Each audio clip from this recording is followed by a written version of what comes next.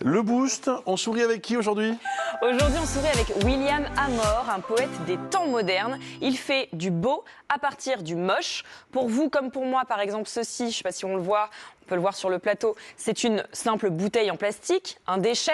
Eh bien, pour William Amor, eh bien, c'est tout simplement la matière première d'une œuvre d'art. Il fait des choses assez époustouflantes. On peut le voir ici en photo, c'est complètement dingue. À partir de sacs, de bouteilles, de mégots, de vieux papiers, de filets de pêche, en fait, tout est prétexte à faire de l'art. Quand on voit ces fleurs époustouflantes, on a quand même du mal à se dire que ça a été, à un moment donné, des déchets par terre. Donc, pour vous expliquer un peu, William, il est né à Nancy, il grandit à la campagne. C'est un créatif, un amoureux de la nature, des animaux. À 8 ans déjà, il collectionne les plantes. Il est fasciné par la beauté du vivant. Mais à la campagne comme à la ville, c'est pas toujours évident de convaincre ses parents qu'on veut devenir un artiste.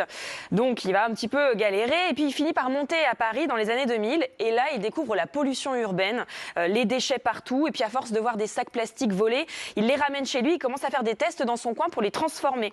À côté de ça, il multiplie les jobs pour vivre. Il va mettre très longtemps à assumer son art. Et en 2015, William a 35 ans. Il prend enfin son courage à deux mains. Il saute le pas. Il monte son atelier et il décide de présenter ses œuvres au public. 10 ans après, il est devenu un artiste plasticien reconnu et épanoui. Et Kelvin Fiquet est justement allé lui rendre visite.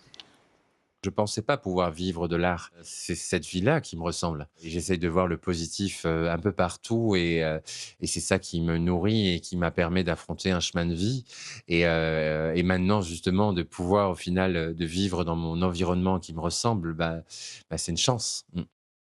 Aujourd'hui, les plus grandes maisons de luxe font appel à lui pour réaliser des créations sur mesure, notamment cette robe, par exemple, haute couture. On va la voir, qui a été réalisée à partir de sacs plastiques. Ça lui a demandé plus de 1500 heures de travail. Je vous laisse un peu imaginer la tâche. En tout cas, ce qui est sûr, c'est qu'après avoir entendu parler de William Amor, on ne regardera plus nos bouteilles plastiques de la même manière. Ah non, ça donne envie de polluer. Non mais, oh non, Bruce.